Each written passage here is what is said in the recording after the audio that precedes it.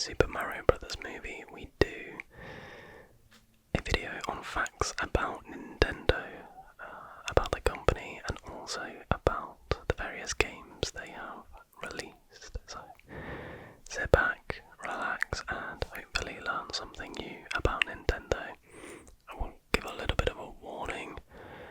Apologies for any background noise or cuts in this video. My brother is back from university and he likes to be allowed very late.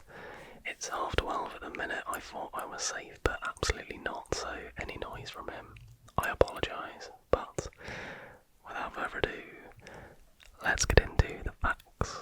Fact number 1.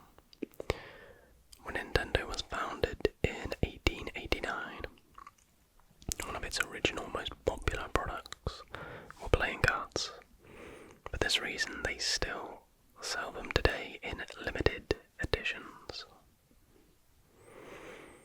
The Nintendo 64 was a groundbreaking console, being the first to feature 3D graphics. It was also the last major console to use cartridges. I never actually played the Nintendo 64. The GameCube was the first ever games console that I played.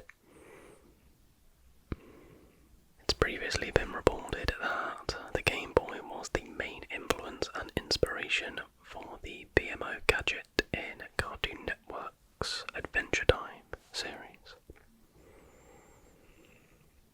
The Game Boy console was the second handheld system released by Nintendo. The Game & Watch was released in 1980 but didn't have any outstanding success. Yeah, the Game Boy, I think the Game Boy Advance, the purple one, I think I've talked about this in a previous video, but the Game Boy Advance purple one was my first ever handheld console. And then the one I played most by a landslide was the Game Boy Advance SP. And to this day, I've still got my original one, and I still play it. I always go back to play Leaf Green or Emerald. Shigeru Miyamoto, legendary video game designer, Super Mario Bros, Legend of Zelda, Donkey Kong, etc., has had games on every Nintendo console. His earliest work appeared in arcade games in the late 70s. Time has called him the Steven Spielberg of video games. Next fact is that very few people, however, are aware that Miyamoto originally wanted to be a cartoonist, but abandoned manga comics because he felt he wasn't good enough to compete with some of the best illustrators in the field. Nintendo attempted to become Lego's greatest competition at some point by building its own brick system called N and B blocks. Judging from the fact that not many people know or remember anything about this, should tell you about its lack of commercial success. As of March 2016, all models of Nintendo DS combined have sold nearly 160 million units worldwide. This makes the DS the biggest selling handheld console to date. Yeah, I had a DS as well. In terms of, I feel like, yeah, I did my history with video games. That's the video I keep thinking about. I feel like on my DS, what were some of the outstanding games? I loved Pokemon Diamond, not as much as Emerald and Leaf Green. Nintendogs was elite. Brain Training, Roller Coaster Tycoon. I'm sure I'm missing some big ones. I used to be into Warhammer, and I had the Space Marine, what's it called, Battle Command or something like that. I had that game as well because, I was, really cool. Anyway, back to the facts. That's enough of my personal preferences. The company's first venture into video games came when it secured the rights to distribute the Magnavox Odyssey console in Japan in 1974. has surpassed an astonishing $5.5 billion according to Forbes. I imagine it's more than that now. Miyamoto's first NES game never came to the United States because of its demonic characters. Devil World was pretty much a Pac-Man clone, and was banned because the protagonist killed demons with the power of the crucifix and the Bible. Interesting. Devil World, 1984. Nintendogs were inspired by a Shetland sheepdog named Piku. For the record, Piku belonged to who else? Shigeru Miyamoto, Nintendo's famous game designer. Nintendo had the same president for more than 55 years, longer than any other video game company in history. The late Hiroshi Yamauchi was president and chairman of Nintendo from 1949 to 2005, during which time he became one of the richest men in Japan with a net worth of $2.7 billion. That must be nice, mustn't it, having that much money. The most popular symbol of video gaming that pretty much every major video game company uses nowadays, the cross D-pad, was created in 1982 for Nintendo's Donkey Kong.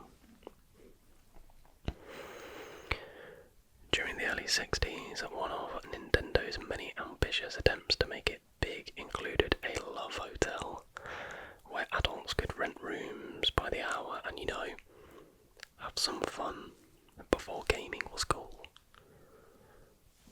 But fair enough. Also during the same decade, Nintendo tried to import the classic Western game Twister to Japan, but the whole project failed miserably. In 2007, a radio station in Sacramento launched a contest with the catchy title, Hold Your Pee, for a Wii. The contest required listeners to drink as much water as possible without using the bathroom. The whole thing ended tragically when 28-year-old Jennifer Strange died of water intoxication. Yeah, that's a bit of a stupid idea, wasn't it? Very stupid idea. Nintendo almost released an accessory and game that would have allowed players to create their own knitting patterns. However, during market research, all 7 of the beta test volunteers died of old age, and the project was eventually cancelled. Oh my gosh. Deary me. The Seattle Mariners are owned by Nintendo of America, represented by CEO Howard Lincoln. Yep, Nintendo is the only video game company that owns an MLB team. By the way, usual disclaimer, I assume these facts are still in date. Feel free to correct down below. If they're not, wouldn't want to be spreading fake news.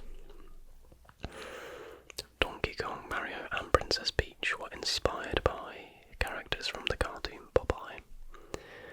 Nintendo created them after they failed to obtain a license to make a Popeye video game. The chronology of the Legend of Zelda series was the subject of debate among fans until an official timeline was released on the 21st of December 2011 in the collector's book Hyrule Historia. I think I've watched the ASMR game and do a flip through of that before. Anyway, apparently only one Legend of Zelda game is a chronological sequel to the original. According to Nintendo's official timeline, all other subsequent games in the franchise occur hundreds or thousands of years in the past, with some of them even coexisting in a parallel universe. Interesting. A lawyer named John Kirby calls his sailboat Donkey Kong, and Nintendo can't sue him for this. See, Kirby won a case for Nintendo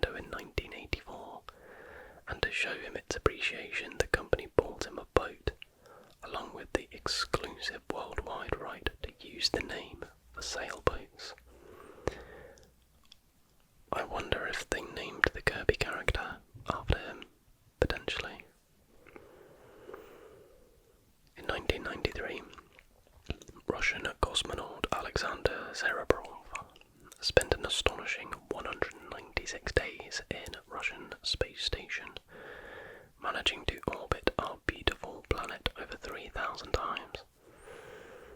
To have something to do during his downtime, he took a Game Boy with him and played Tetris. This made Nintendo the first video game company to have a product leave the Earth's atmosphere. That's pretty cool.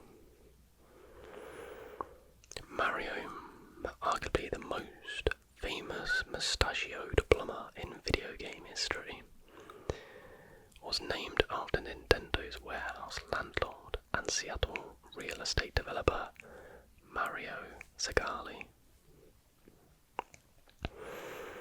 The word Nintendo is composed of 3 kanji, Chinese letters used in the Japanese system of writing, characters nin, ten and do. So if you translate Nintendo, you will find it means something like leave luck to heaven. At one point, Nintendo tried and failed to branch into making ballpoint pens, noodle soup and baby swings. In real life, Mario's jump would be 25 feet high. Bowser has a son named Bowser Jr. in the Mario franchise. According to Shigeru Miyamoto, the creator of Nintendo Classics, he himself is somehow Bowser Jr.'s mother. What on earth is that fact? Apple co-founder Steve Wozniak appeared in the Nintendo Power magazine's top Tetris scores so many times that he was banned to make room for new names. He kept submitting his scores anyway by spelling his name backwards. The Konami code up, down, down, left, right, right, right, PA start was originally used to help programmers skip through the game. Now it's a huge part of pop culture. The GameCube isn't actually a cube. Its dimensions are 5.9 by 4.3 by 6.3 inches. Sony was going to develop a CD add-on for the Super Nintendo. When the deal didn't work out, they went on to create the first PlayStation. Wii Sports is the best-selling Nintendo game ever, even outselling Mario Bros. And games in the Pokemon franchise. That is insane. That's quite a cool fact to know. I feel like I could see that coming up in a quiz if it's still true, because it very may well be out of date, because I struggle to believe that, but I guess however many Wii's were sold, like, I assume it's including all the Wii Sports that were given out with Wii's, and then people would have bought it separately as well, potentially. That kind of blows my mind a bit, but Wii Sports was an absolutely elite game, to be fair, so I'm not knocking it. Tom Hanks was originally cast in the Super Mario Bros. Movie, but was dropped when Nintendo decided he wasn't worth the money. Luigi is a pun in Japanese, as Ruigi means similar. The Legend of Zelda was the first console game that allowed you to save your game. Gunpei Yokoi, an assembly line worker at Nintendo, caught the eye of his boss because of the toys he made in his free time. He later went on to invent the Game & Watch system and its successor, the Game Boy. That's so cool. Before Mario had a name, he was known as Jumpman in Donkey Kong. Before that, within Nintendo, he was just known as Osan, which means middle-aged guy.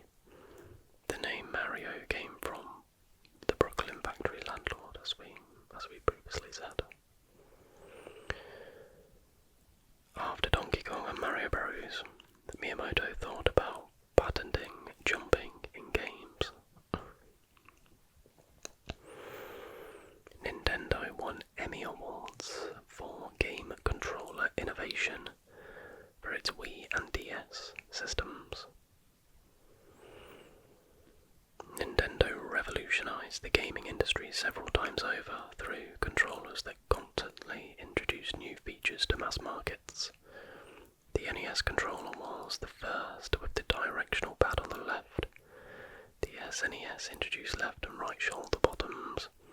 The Nintendo 64 popularized analog thumbsticks, and the Wii Motion control. After receiving complaints that Mario Party caused blisters by encouraging players to quickly move a grooved joystick, Nintendo agreed to provide $80 million worth of protective gloves to game owners.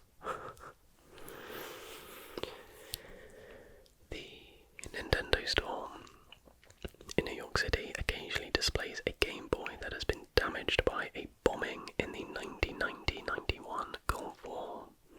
It's still totally playable. That's pretty cool. Nintendo owns the rights to a porn parody starring Ron Jeremy named Super Horny O Brothers. Seriously, this is mostly so that it never saw the light of day again. Nintendo's current VP of sales is named Doug Bowser, no relation to the fire-breathing Koopa. Luigi is green because it matches the turtles. I thought it was because of like memories. Oh wait, okay, it does expand. Memory space was at such a premium in classic arcade games that every asset included in a game had to be chosen carefully and reused as necessary. That explains why so many early arcade games featured a second playable character that was a clone of the main character, and that includes Luigi.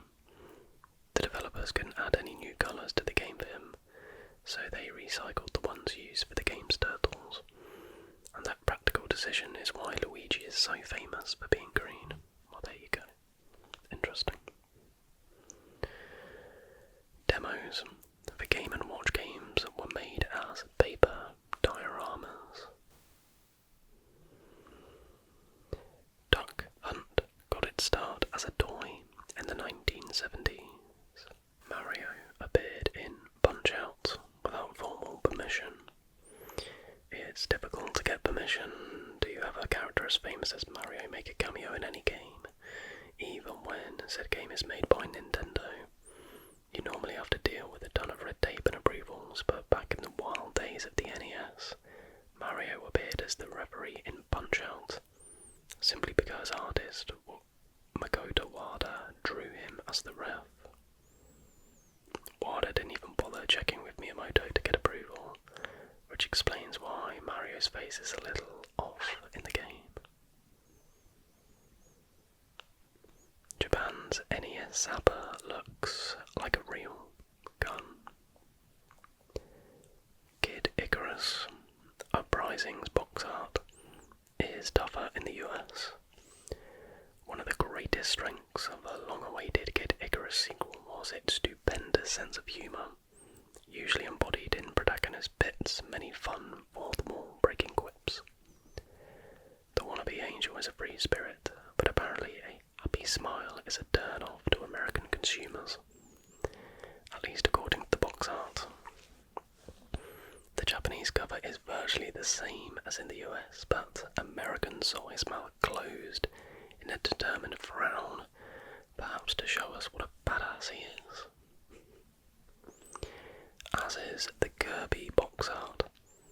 The change to Kid Icarus cover art was hardly a first for Nintendo.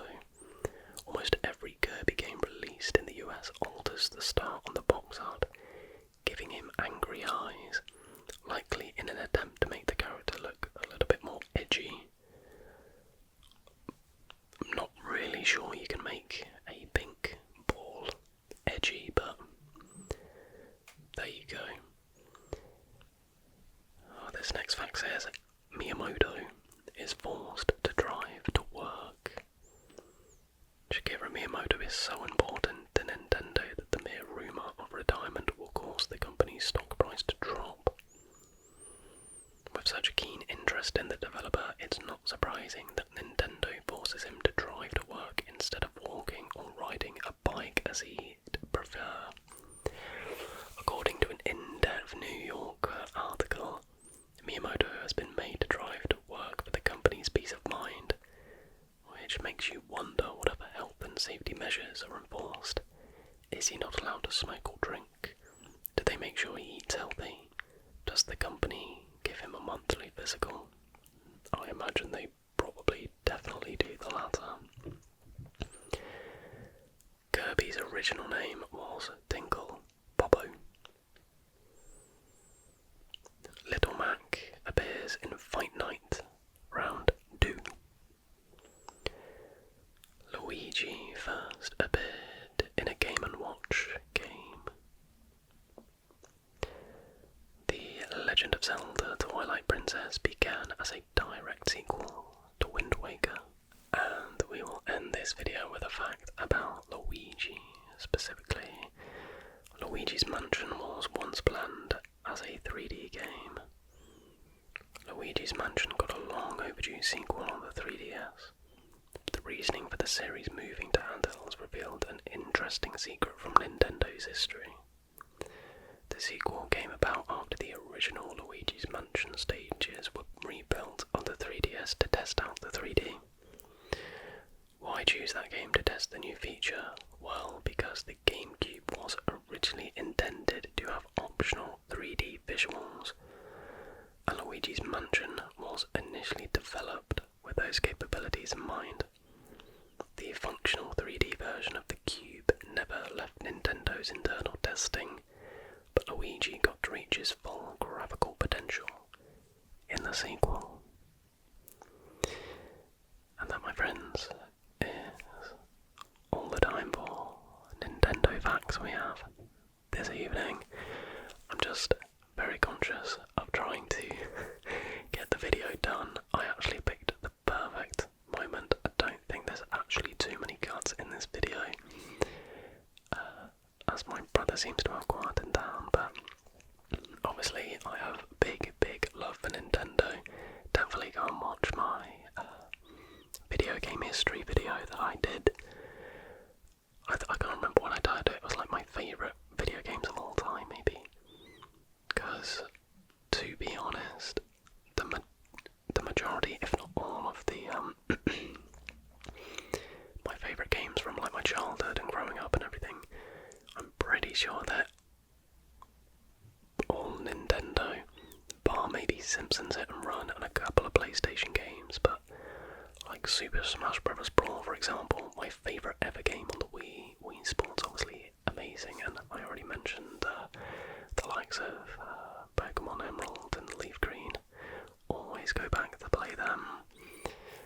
But yeah, I'm still yet to actually go and see the Mario movie. I know I need to because I know I'll love it, even though I've heard as a film it's not that great, but as like a fan experience, apparently it's really entertaining. So I definitely do want to go watch it on the big screen. If you have seen it, give me a little review down below. Should I go and pay my money? Well, I technically wouldn't be paying because I'm really cool and I've got an unlimited card. But yeah, if you've seen the film, let me know your thoughts down below. But enough waffling, let's close out this video. Thank you so much, everybody, for watching. As always, if you did enjoy this video,